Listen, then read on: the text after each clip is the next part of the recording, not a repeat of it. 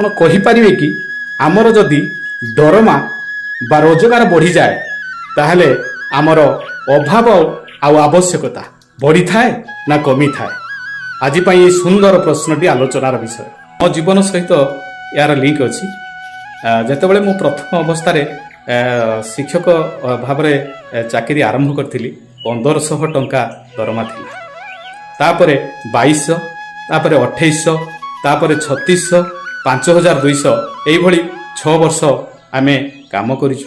ଧୀରେ ଧୀରେ ଆମର ଦରମା ବଢ଼ି ଚାଲିଥାଏ। ତ ଇତିମଧ୍ୟରେ ଆମେ ଅନେକ ଦରମା ଆମେ ପାଉଛୁ, କିନ୍ତୁ ବର୍ତ୍ତମାନ ମୁଁ ବସିକି ଭାବୁଛି ଯେ ସେତେବେଳେ ମୁଁ 5000 ପାଉଥିଲି, ଆଜି 50000 ପାଉଛି। ତ ସେଠି ଯେତେବେଳେ ମୁଁ 5000 ପାଉଥିଲି ମୋର ଅଭାବ କ'ଣ ଥିଲା, ଆବଶ୍ୟକତା କ'ଣ ଥିଲା, ନାଇଁ କି? ଆଉ ବର୍ତ୍ତମାନ ଯେତେବେଳେ ମୁଁ ପାଉଛି 50000, କାଲିକି ଯେତେବେଳେ ଲକ୍ଷେ ପାଇବି ସେତେବେଳେ ଅଭାବ ଆଉ ଆବଶ୍ୟକତା।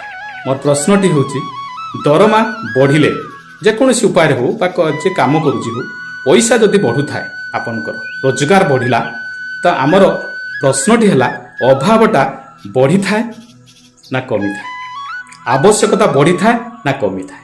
ଏହି ପ୍ରଶ୍ନଟି ଗୋଟେ ଗୁରୁତ୍ୱପୂର୍ଣ୍ଣ ପ୍ରଶ୍ନ। ୟାକୁ ହାଲକାରେ ନିଅନ୍ତୁ, ଆମ ସମସ୍ତଙ୍କ ଜୀବନ ପାଇଁ ନିହାତି ଆବଶ୍ୟକ।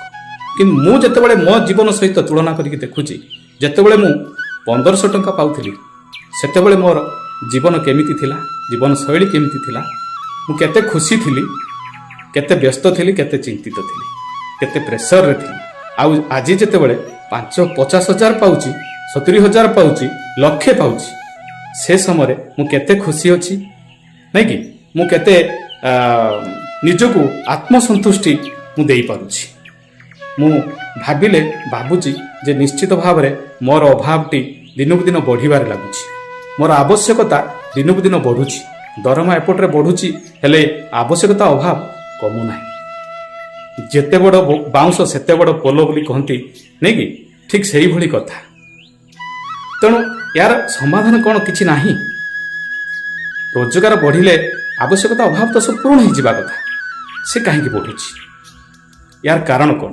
ଆପଣଙ୍କର ମତାମତ ମୋ ପାଇଁ ନିହାତି ଆବଶ୍ୟକ। ଆପଣଙ୍କର ସଜେସନ୍ ମୋତେ ନିହାତି ଆବଶ୍ୟକ ଯେ ଆମେ ଅଧିକ ଅର୍ଥ ରୋଜଗାର କରୁଛନ୍ତି, ଆମର ଆବଶ୍ୟକତା ଅଭାବ ସବୁ ତ ପୂରଣ ହେଇଯିବା କଥା, ସେ ବଢ଼ି ଚାଲିଛି କାହିଁକି? ଯାହା ପଛରେ ଆମେ ଧାଇଁ ଚାଲିଛନ୍ତି, ଶେଷରେ ସେ କ'ଣ କରୁଛି?